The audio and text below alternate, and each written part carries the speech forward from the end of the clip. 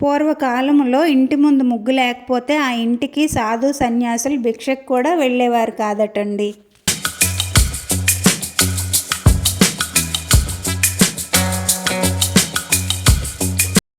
Hi అండి, అందరికీ నమస్కారం. యాత్ర విశేషాలకు స్వాగతం అండి. మన తెలుగు వాళ్ళంతా కూడా ప్రతిరోజు ఉదయాన్నే ఇంటి ముందు ముగ్గు పెట్టుకుంటారు కదా. అయితే ఈ ముగ్గు ఎందుకు పెడతారు అనే విషయాన్ని ఈ వీడియోలో మనం తెలుసుకుందాము.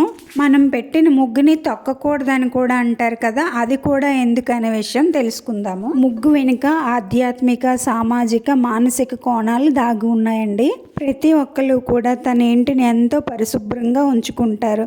సామాన్లన్నీ శుభ్రం చేసి పెట్టుకుంటారు. పండుగలు వస్తున్నాయంటే ఇల్లంతా శుభ్రం చేసి సామాన్లన్నీ ఎక్కడొక్కడ నీట్గా సర్ది పెట్టుకుంటారు. నిజానికి మన ఇల్లు శుభ్రంగా ఉంటే లక్ష్మీదేవి మన ఇంటికి వస్తుందని, ఇల్లు పరిశుభ్రంగా లేకపోతే లక్ష్మీదేవి ఆగ్రహిస్తుందని నమ్ముతాము.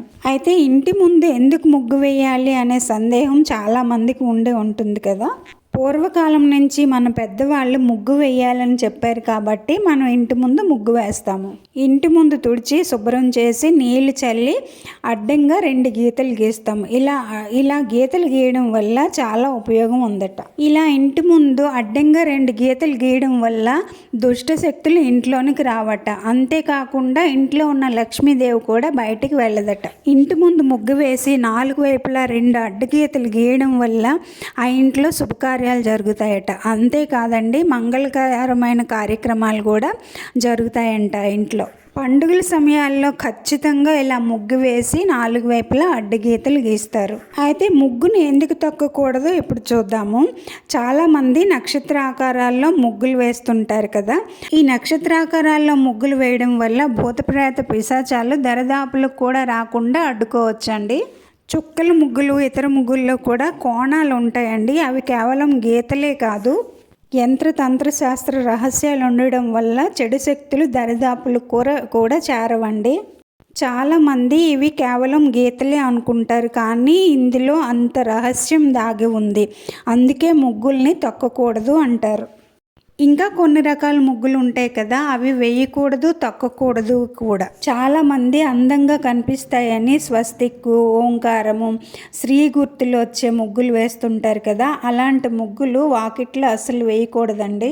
అలాగే వాటిని తొక్కినా కూడా పాపం తగులుతుంది. తులసి కోట దగ్గర ఎప్పుడు కూడా అష్టదళ పద్మం ముగ్గు వేసి దీపారాధన చేస్తే ఇంటికి మంచి జరుగుతుంది. లక్ష్మీదేవి అనుగ్రహం కూడా కలుగుతుందండి. ఎవరైతే దేవాలయాల ముందు అంటే అమ్మవారి గుడిలోన, మహావిష్ణువు టెంపుల్లోన గట్రా ముగ్గులు వేస్తే వాళ్ళకి 7 జన్మల వరకు వైధవ్యం రాదండి.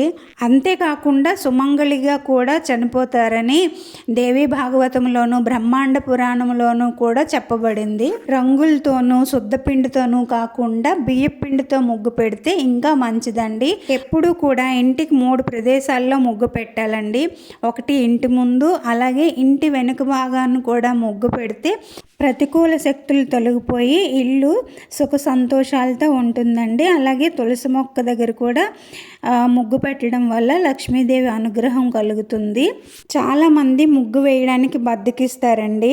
ముగ్గు లేదు అంటే ఆ ఇంట్లో అశుభము జరిగిందని అర్థము. పూర్వకాలంలో ముగ్గు లేని ఇంటికి భిక్షకు కూడా వెళ్ళేవారు కాదటండి. ఓకే అండి, నా ఇన్ఫర్మేషన్ మీకు ఎలా అనిపించిందో కామెంట్ చేసి చెప్పండి. ఇలాంటి ఇన్ఫర్మేటివ్ వీడియోస్ కోసం నా ఛానల్ని సబ్స్క్రైబ్ చేసుకోవడం మర్చిపోకండి. ఇవాళకి ఇంతేనండి. ఇంకో మంచి వీడియోతో మళ్ళీ కలుద్దాం. అంతవరకు సెలవు అండి. Bye. Thank you for watching.